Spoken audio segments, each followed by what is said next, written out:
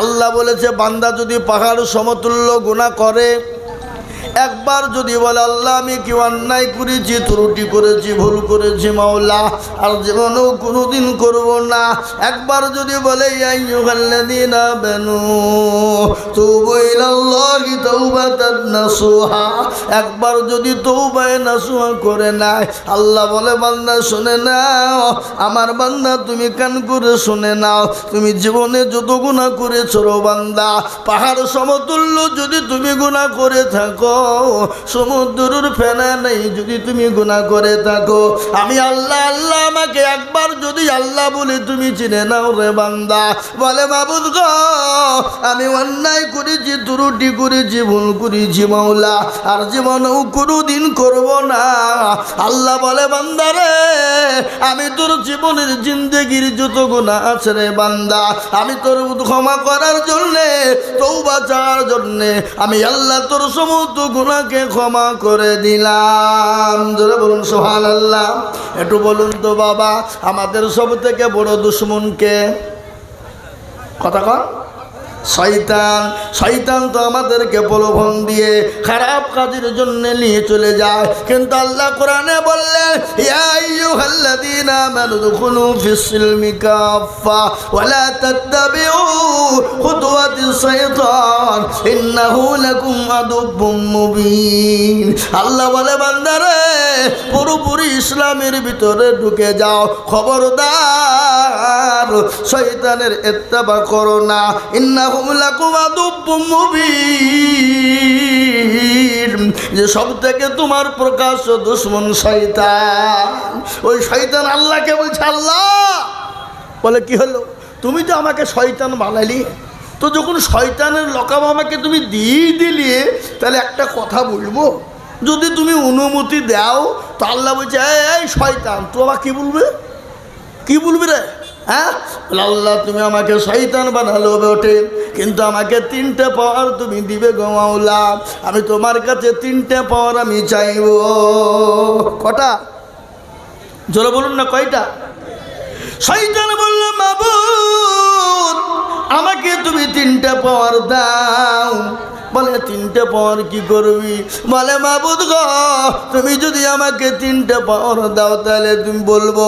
আল্লাহ বলে বল কি পাওয়ার নিবি? বলে মাবুদ 1 নম্বর পাওয়ার হলো তুমি আমাকে কোনোদিন মৃত্যু দিবা না, আমি তোমাকে মৃত্যু দিবা না। বলে ঠিক আছে তোকে দায়িত্ব দিয়ে দিলাম। 2 নম্বর হলো মাওলা আমাকে তুমি পাওয়ার দাও, তোমার প্রতিটি বান্দা বান্দিকে জাহান্নামে নিয়ে যাব। 3 নম্বর পার হলো ও আল্লাহ তুমি আমাকে এমন একটা ক্ষমতা দিবা, এমন একটা ক্ষমতা দিবা আমি সেকেন্ডের মধ্যে যেন গোটা পৃথিবী পয়মাল করতে পারি, গোটা পৃথিবী যেন ঘুরে ফিরতে পারি, এবং প্রতিটি বান্দার রোগে রোগে যেন আমি চলতে পারি। আল্লাহ বলে ও শয়তান কান করে শুনে নে, যারা আমার মুমিন বান্দা হবে, যারা আমার হক্কানি বান্দা হবে, যারা আমার আল্লাহওয়ালা আমার বান্দা হবে, বান্দার বান্দা হবে, আমি আল্লাহ কত বড় দয়ালু শুনেলে তাদেরকে তুই কখনোই প্রলোভন দিয়ে ফেলতে পারবি না। কেন পারবি না? তুই শুনবি আমি আল্লাহ কত বড় দয়ালু। বলে কত বড়? আল্লাহ বলে বান্দা ও শয়তান ভালো করে শোন, আমার বান্দা যদি 100 বছর বাঁচে, কত বছর? জোরে বলেন না কেন? 100 বছরের মধ্যে যদি 99 বছর যদি গুনাহ করে যায়, থাকে ক বছর? এই দেশের লোক হিসাব জানে না নাকি গো? 1 বছর। 1 বছরের মধ্যে যদি 11 মাস গুনাহ করে থাকে ক বছর? 1 মাস। 1 মাসের মধ্যে যদি 29 দিন গুনাহ করে থাকে কদিন? 1 দিনের মধ্যে যদি 23 ঘন্টা গুনাহ করে থাকে কদিন? 1 ঘন্টা। 1 ঘন্টায় যদি মাবুদ গো আমি অন্যায় করেছি আর জীবনেও কোনোদিন করব না গো মাওলা। আল্লাহ বলে বান্দারে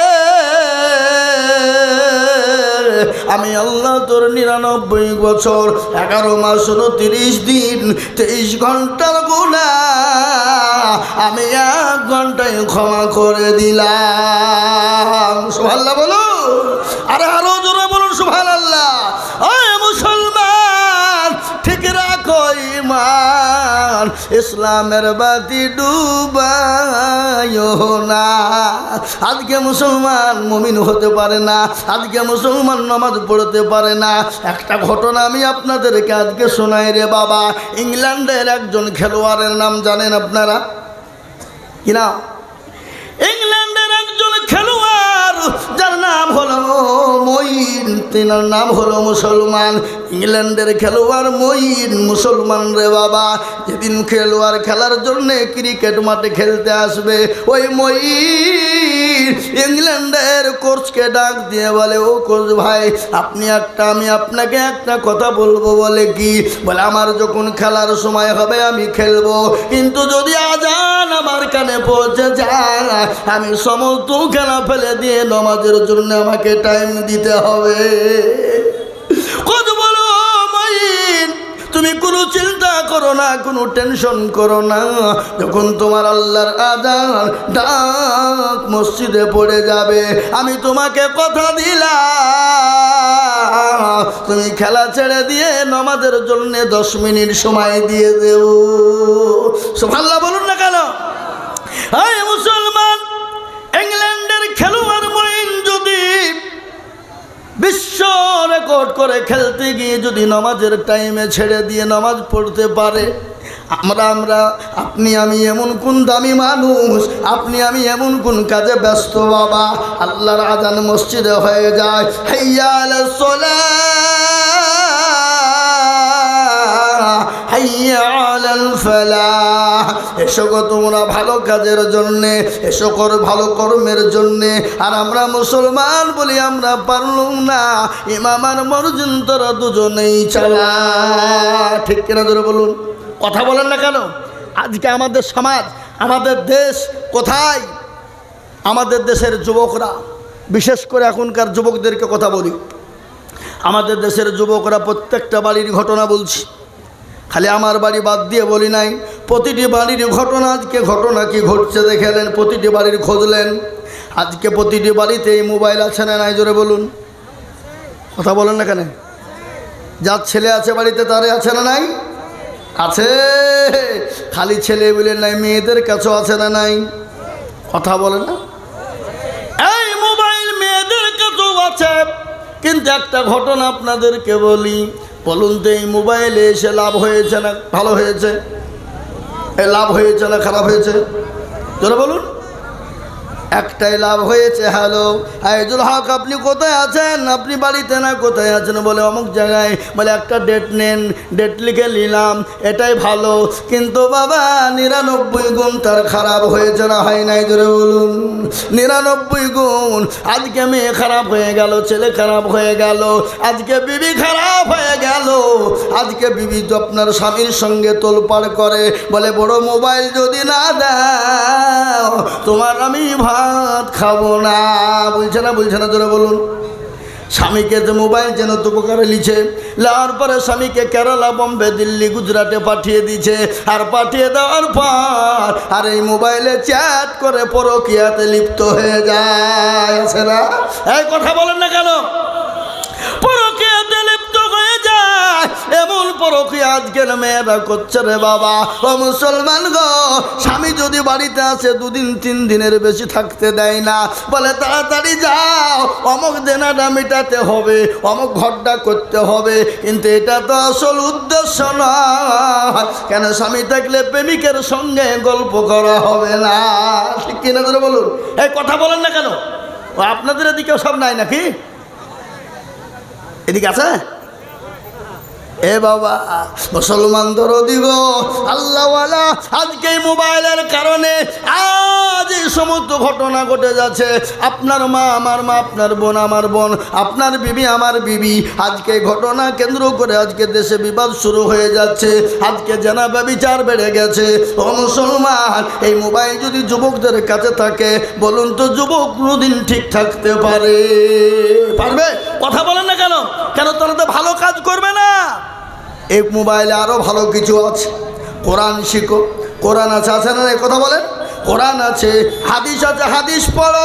বুখারী, মুসলিম, তিরমিজি, ইবনে মাজা, নাসাই, আবু দাউদ, কত রকমের হাদিস আছে বান্দা পড়ো, কোরআন রয়েছে কোরআন পড়ো, কিন্তু আমাদের যুবকরা এ কোরআন তো তারা পড়বে না। আমাদের দেশের যুবকেরা, ও যুবক একবার ভাবো কখনকার মৃত্যু হয়ে যায়। আমি আজকের ঘটনা শোনাই। আমার গদনপাড়া বাজারে, গদনপাড়া গ্রামে এই 15 দিন আগে একটা ছেলে আমার সঙ্গে আর কি করছিল, ঠাট্টা বিদ্রুপ দুজনাই আর কি করছিলাম চায়ের দোকানে বসে।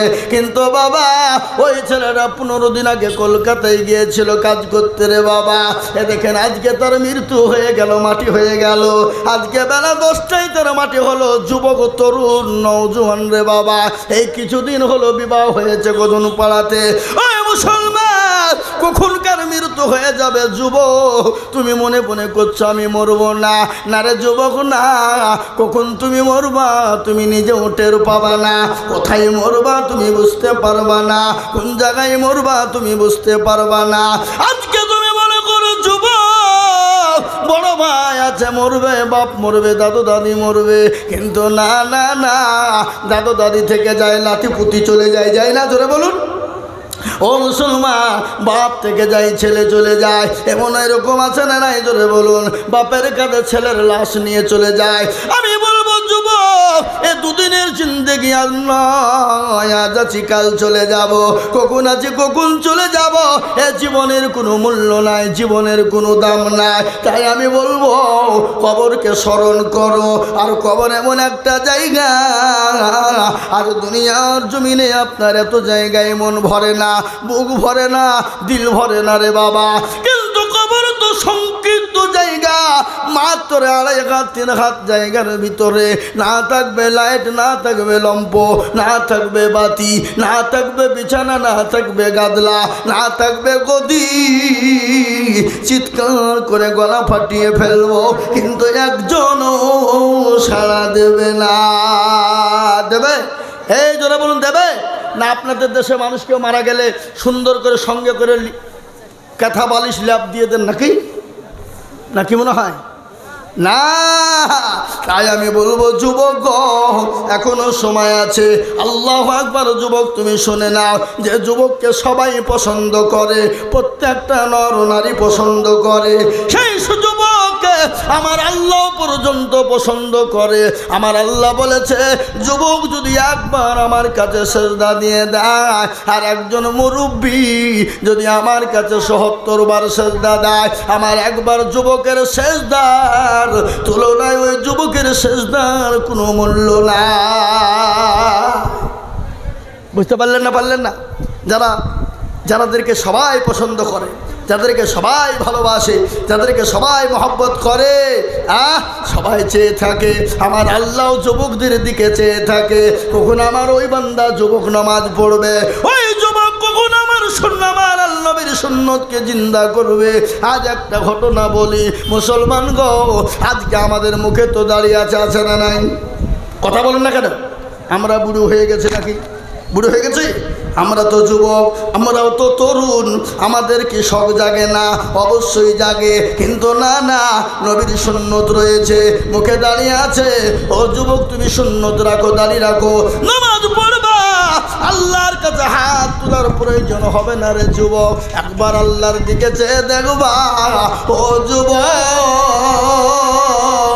আমার আল্লাহ তোমার উপর খুশি হয়ে যাবে। যুবক রে, তুমি নামাজ পড়ো, মসজিদের দিকে এগিয়ে যাও, আল্লাহ রাস্তায় তুমি নামাজের জন্য এগিয়ে যাও, দিনের স্বার্থে তুমি কাজের জন্য বেরিয়ে যাও।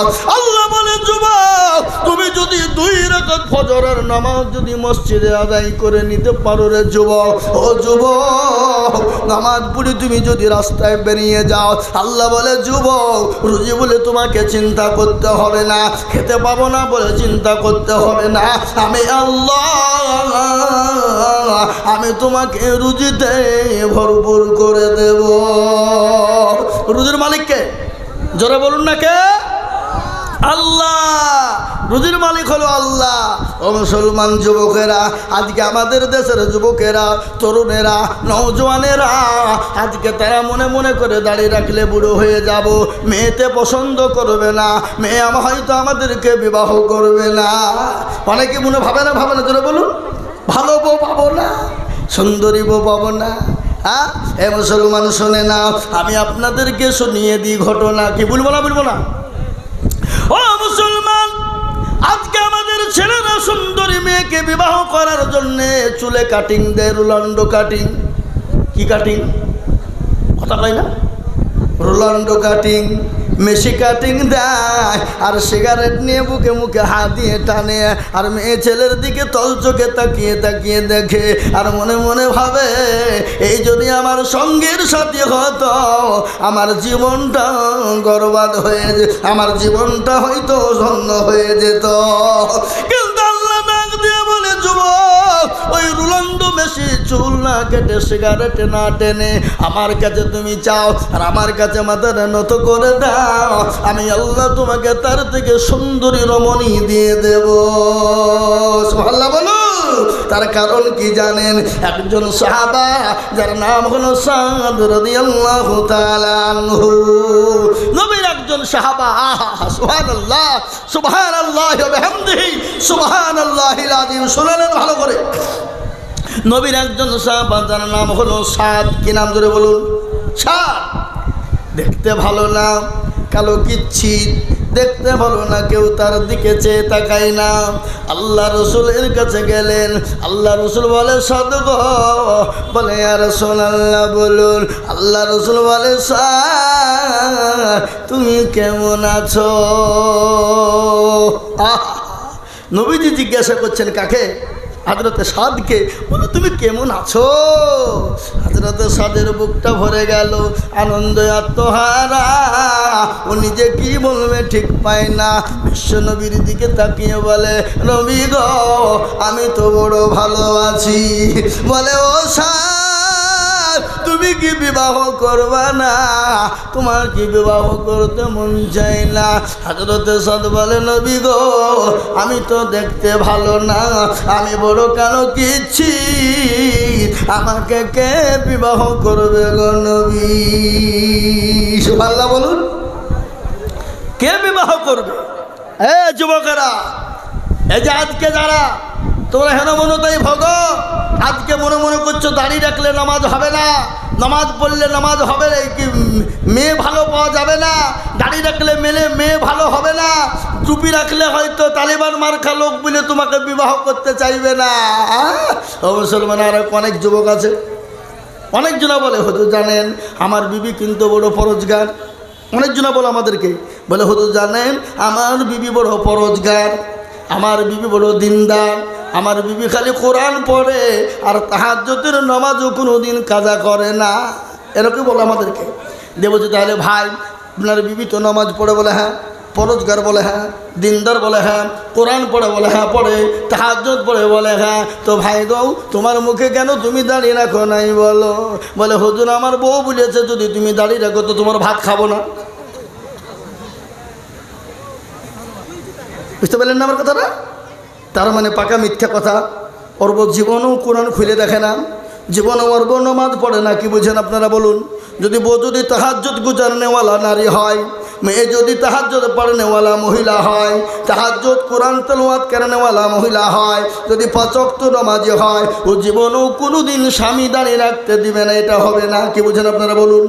বিবি আনন্দ করে যত্নের সাথে বলবে, প্রাণের স্বামী, ওগো স্বামী, আল্লাহর দিন বড়, আল্লাহ বড়, আল্লাহ রসুলের হুকুম না মেনে নবীর সুন্নতকে জিন্দা করুন, দাঁড়িয়ে রেখে দিন। বিবি তো আপনাকে আদরের সঙ্গে সুনামের সঙ্গে রাখতে বলবে। আর যারা বলে আমার বিবি নামাজ পড়ে, কোরআন পড়ে, তাহাজ্জুদ পড়ে, দাঁড়িয়ে রাখতে আমাকে দেয় না, এটা মিথ্যা কথা। তার বিবি মনে হয় পশ্চিম কোনো দিন চিনে না। কি কথা বলছেন না কেন? হ্যাঁ, এ মুসলমান দরদি, হযরতে সাদকে নবীজি বললেন, সাদকে তুমি বিবাহ করবা না। নবীজি বললেন, ইয়া রাসূলুল্লাহ আমাকে কে বিয়ে করবে? আল্লাহ রাসূল বললেন, সাদ বলো তুমি বিবাহ করবা কিনা? বলে, ইয়া রাসূলুল্লাহ কার না মন চায় বিবাহ করতে? হযরতে সাদ চুপ হয়ে গেল। বিশ্বনবী বুঝতে পেরেছেন হযরতে সাদের বিবাহতে মত আছে। কি আছে তোরা বলুন? মত আছে।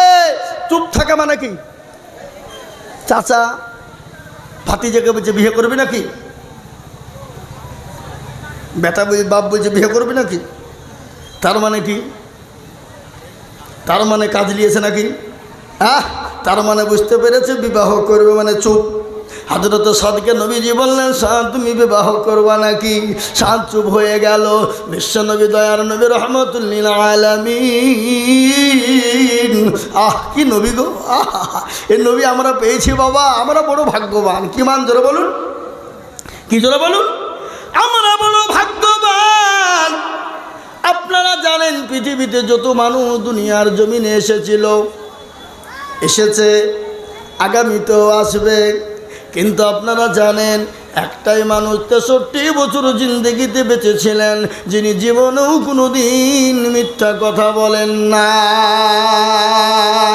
তিনি কে? একটু জোরে বলুন। এটা জোরে বলতে আপনাদের অসুবিধা হয়েছে নাকি? ভয় আছে নাকি? আমরা কপাল পোড়া। 63 বছর জিন্দেগিতে বেঁচেছিলেন কে? বিশ্বনবী দয়ার নবী, যিনি 63 বছরের মধ্যে জীবনেও কোনোদিন মিথ্যা বলেছেন নাকি? কোনোদিন কাউকে খারাপ কথা বলেছেন নাকি? কোনোদিন কাউকে ধমক দিয়েছেন নাকি? জোরে বলুন। কেন ধমক দিয়েছে? কাউকে কোনোদিন ধমক দেন না। কেন দেন না? আল্লাহ তাআলা কোরআনে প্রমাণ দিয়ে বললেন, ওয়ামা আরসালনাকা ইল্লা রাহমাতুল লিল আলামিন। আমার আল্লাহ আমার নবীকে রহমত স্বরূপ পাঠিয়ে দিলেন। আমি আজিজুল হক বলি না, এটা আল্লাহর কোরআন বলেছে। আমার নবীকে দুনিয়ার জমিনে, গোটা বিশ্বের জমিনে রহমত স্বরূপ পাঠিয়ে দিয়েছে। সেই নবীকে কেউ যদি গালি দেয়, সে নবীকে কেউ যদি তার নবীর বিরুদ্ধে কুরুচিকার মন্তব্য করে, সে মুসলমান না কাফের? জোরে বলুন, আরো চিল্লিয়ে বলুন। তারা বলো কাফের, কোনোদিন তারা মুসলমান হতে পারে না। আপনারা জানেন আমার ওই নবীকে গালি দিয়েছিল মহারাষ্ট্রের মাটিতে একজন, আপনার কি বলে গো, আপনার কি রামজি, ও মুসলমান, একজন পুরোহিত। কিন্তু মুসলমান, আমি ভালো করে আপনাদেরকে শোনাই, মুসলমান সব সহ্য করে নিতে পারবে। আমাকে গালি দাও আমি মেনে নিব, আমার মা বাপকে গালি দিবে আমি মেনে নিব, আমার 14 পীরিতকে তুমি গালি দাও মেনে নিব, কিন্তু আমার রসুলকে যদি গালি দাও, আমরা মুসলমান জীবন থাকতে রক্ত থাকতে মেনে নিব না। কি বলেন আপনারা? বলুন, মেনে নিব? কথা কন না কেন? কোনদিন মেনে নেব না। তাই আমি আপনাদেরকে বলবো, মুসলমান গো দরদি আল্লাহওয়ালারা, ও মুসলমান কান করে শুনে নিন, আল্লাহওয়ালা দিনওয়ালা ইমানওয়ালা কান করে শুনে নিন। আল্লাহ নবী সাদকে বললেন, সাদরে বিবাহ করবা কিনা বলো। সাদ চুপ হয়ে গেল।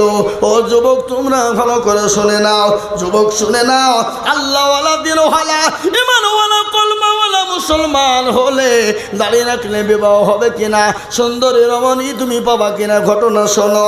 সাধ্য তরুণ যুবক মুখে দাঁড়ি, কিন্তু দেখতে ভালো না। আল্লাহ নবী বললেন, সাদ এই চিঠিখানা লিখে দিলাম, তুমি মদিনার মাটিতে আমার সাহাবা চলে যাও, আমার সাহাবার বাড়ি চলে যাও, আবু আইয়ুব আনসারীর বাড়িতে চলে যাও রে যুবক। ওই চিঠিখানা নিয়ে তিনি চললেন হযরত আবু আইয়ুব আনসারী রাদিয়াল্লাহু তাআলা আনহুর বাড়িতে। বাড়িতে গিয়ে সালাম দেয়, আসসালামু আলাইকুম। আচ্ছা এ বাবা, বাড়িতে গেলে, লোকের বাড়িতে গেলে কি হুই হুই করে ডাকতে হবে না সালাম দিতে হবে? মুসলমানের আদর্শ কি? পরের বাড়ি হোক, নিজের বাড়ি হোক, ঘর হোক, যাই হোক না কেন, আপনি বাড়ির বাইরে যখন যাবেন, বাড়িতে গিয়ে সালাম বলবেন, আসসালামু আলাইকুম। এ বাবা, বিবিকে সালাম দেওয়া যায় না না যায়? বিবিকে সালাম দেওয়া যাবে? কথা কন না কেন? বিবিকে সালাম দেওয়া যাবে। আচ্ছা বলুন তো, স্বামী স্ত্রীর মধ্যে যদি সালাম দেওয়া হয়, তাহলে বলুন তো মহব্বত বাড়বে না কমবে? বাড়বে। দেখবেন যে বাড়িতে স্বামী স্ত্রীর মধ্যে সালাম প্রদান আছে সে বাড়িতে কোনো দিন অশান্তি হতে পারে না। ঝগড়া হলেও সাময়িকের জন্য ঝগড়া আবার মিটে যায়। কিন্তু আমি আপনাদেরকে বলি, বাড়িতে বিবিকে সালাম কে কে দিয়েছেন একটু হাত তুলে বলেন দেখি। একজন, দুজন, দুই তিনজন দেখছি। এতগুলা মানুষের মধ্যে এই তুমি আধখান তুললে মানে মাঝে মাঝে দাও, মাঝে মাঝে দাও না নাকি? তার মানে আল্লাহ, তোরা হাত তুললি কেন? তোরা বা বিয়ে করেছি নাকি? পুচকেও হাত তুলেছে। ও তো বিয়ে করবে নাকি? নাকি বুঝেন আপনারা বলুন? হ্যাঁ, ও মুসলমান দরদি, সালাম দেবেন হাত থেকে ইনশাল্লাহ নিয়াত করুন, বাড়ি থেকে সালাম দেবেন, চোখ বুঝে দিয়ে দেবেন। প্রথমে একটু বাধা বাধা লাগবে নাকি? বিবি একটু মুচকি হাসবে, বলে হারে মিনসি আবার মলবি হইলে কবে রে, ওই একদিন দুদিন বলবে। তারপরে কিন্তু যখন চালু হয়ে যাবে দেখবেন স্বামী স্ত্রীর মধ্যে ভালোবাসা বেড়ে যাবে, স্বামী স্ত্রীর মধ্যে ভালোবাসা বেড়ে যাবে।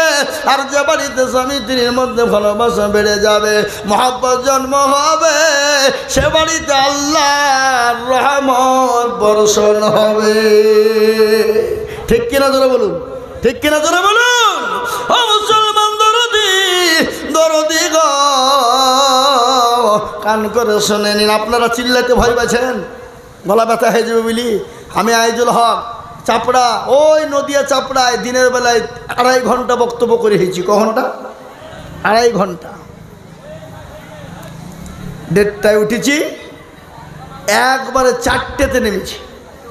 বক্তব্য করি, আর কেমন নয় তাড়াতাড়ি টাকা দাও, পালাবো আমি। টাকা চাই নিয়েছি, কিন্তু ওনার একটু দেরি করতো, বুঝলেন না? যদি দেরি হইলে আমি এখানে পৌঁছাতে পারতো না। বুঝলেন? হুজুর টাকা লিখাও, জাল খাই যাবো আমি।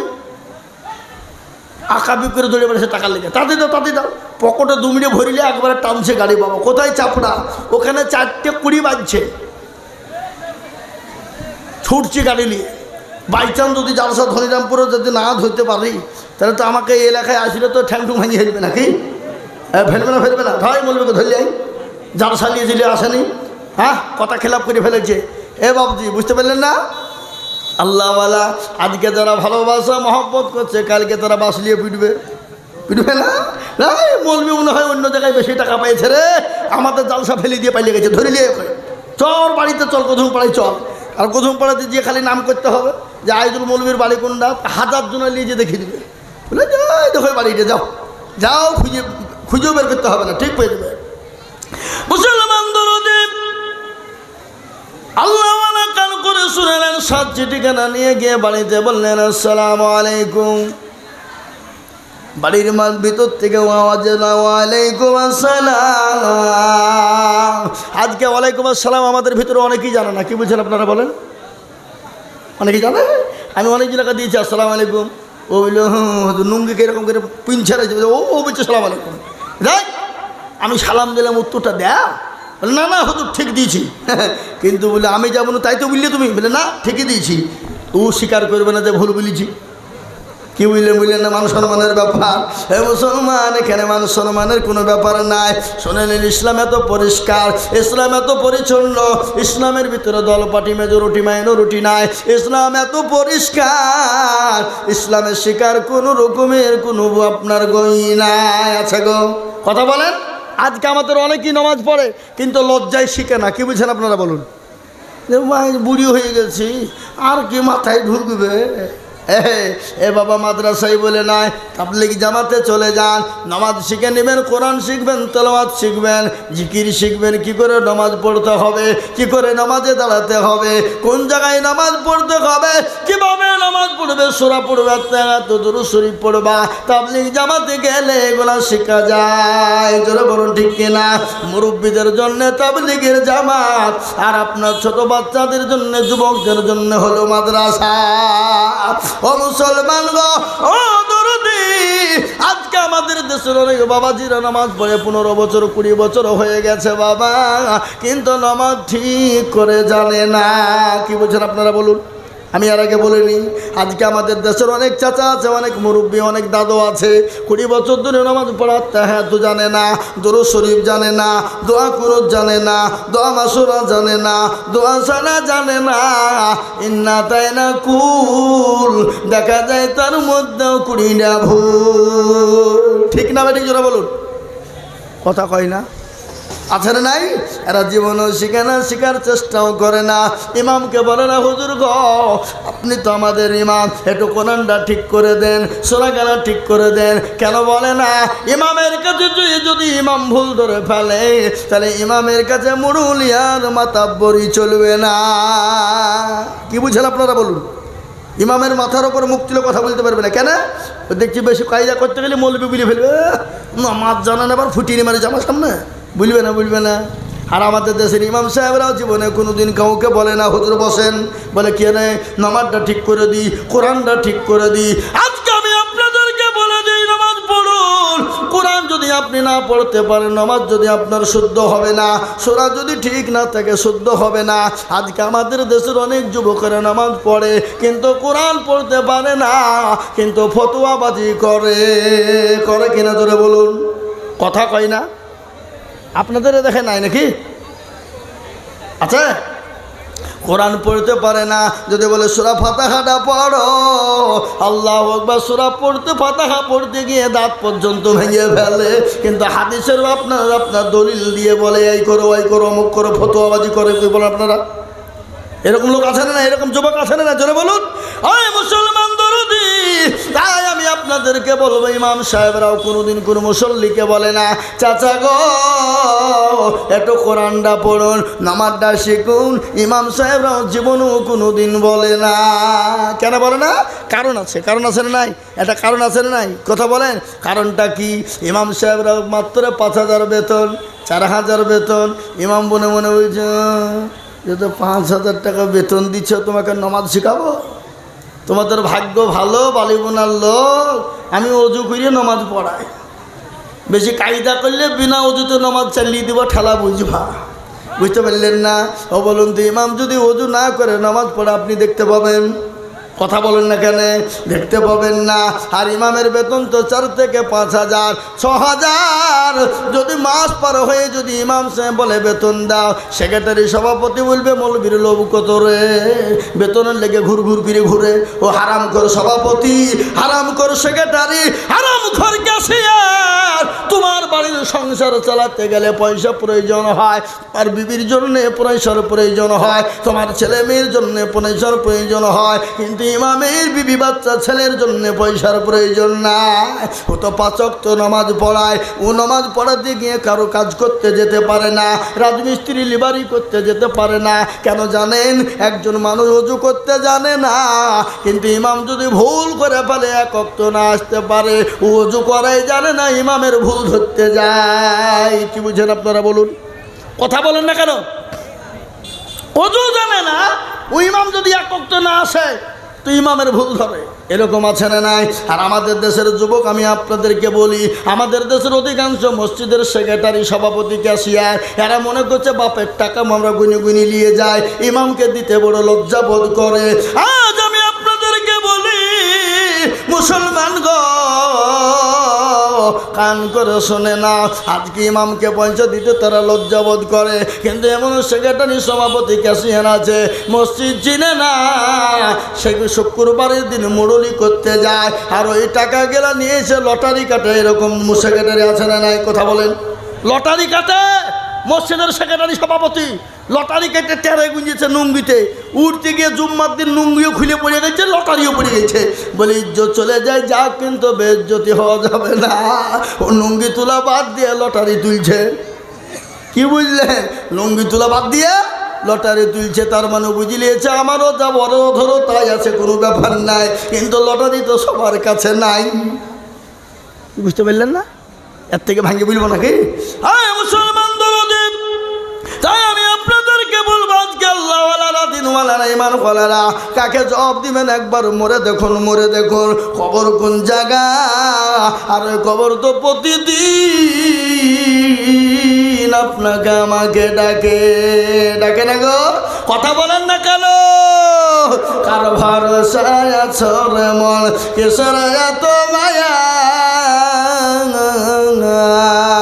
এত সাদের বাড়ি তোমার ভেঙে যাবে বাসা ও তোর গনা যৌবন ফুরায়া যাবে যৌবনে লাগবে ভাটি ওই যে ডাকিতেছে তোমায় কবরের মাটি সন্ধ্যার আগে যেদিন ডুবিবে বেলা সন্ধ্যার আগে যেদিন ডুবিবে বেলা এক পলকে ভেঙে যাবে তোমায় রঙ্গেরি মেলা ও কার তুমি ধমক দিবা কার মাথায় ভাঙবা লাঠি ওই যে ডাকিতেছে তোমায় কবরের মাটি খবর পেয়ে আসবে আত্মীয়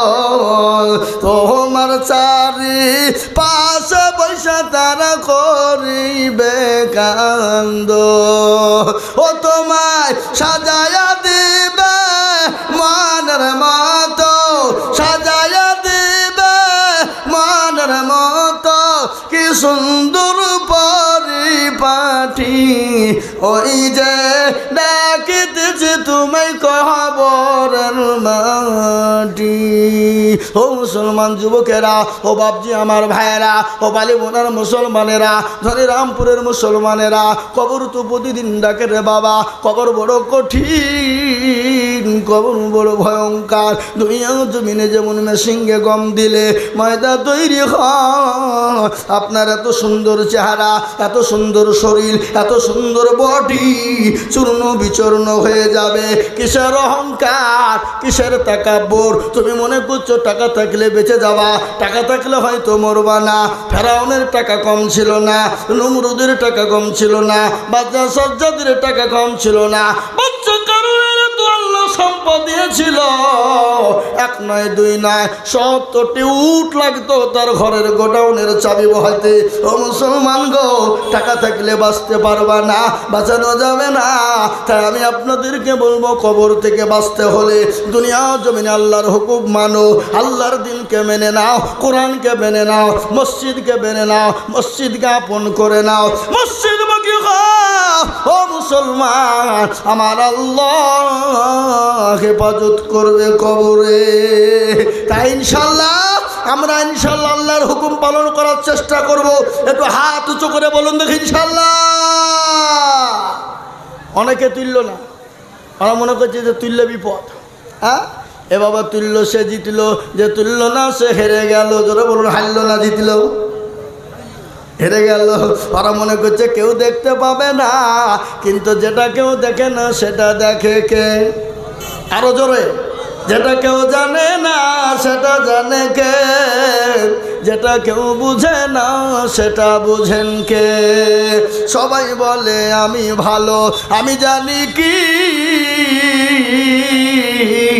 আমার মনের গোপন খবর জানেন আল্লাহজি আলোতে আধারে নির্জনেতে কত কি করেছো তুমি সব জানে সে তাগারি চোখেতে কেউ যাবে না পাখি আমি জানি কি ও মুসলমান গো সকলকে ফাঁকি দেওয়া যাবে আমার আল্লাহকে ফাঁকি দেওয়া যাবে না তাই আমি আপনাদের কাছে লম্বা চৌড়া বয়ান নয় এটা হলো মসজিদের উন্নতি কল্পে আমাকে মসজিদ কমিটির মানুষরা বলেছে হুজুর গো আমাদের মসজিদের অবস্থা একটু বড় খারাপ পয়সার বহুত প্রয়োজন মসজিদে মেরামত করতে হবে তাই আজকে আমি বলবো বাপ আল্লাহর ঘরে মসজিদ কিয়ামত পর্যন্ত থাকবে নবী বলেছেন মান বানা লিল্লাহি মসজিদান বানাল্লাহ লাহুল বাইতান ফিল জান্নাহ মসজিদ বানিয়ে দেবেন যারা আমার আল্লাহ তাদের জন্য জান্নাতে ঘর তৈরি করে দেবে ও মুসলমান গো এইটা আপনার কবরের সঙ্গী হবে আপনার পরকালের সঙ্গী হবে।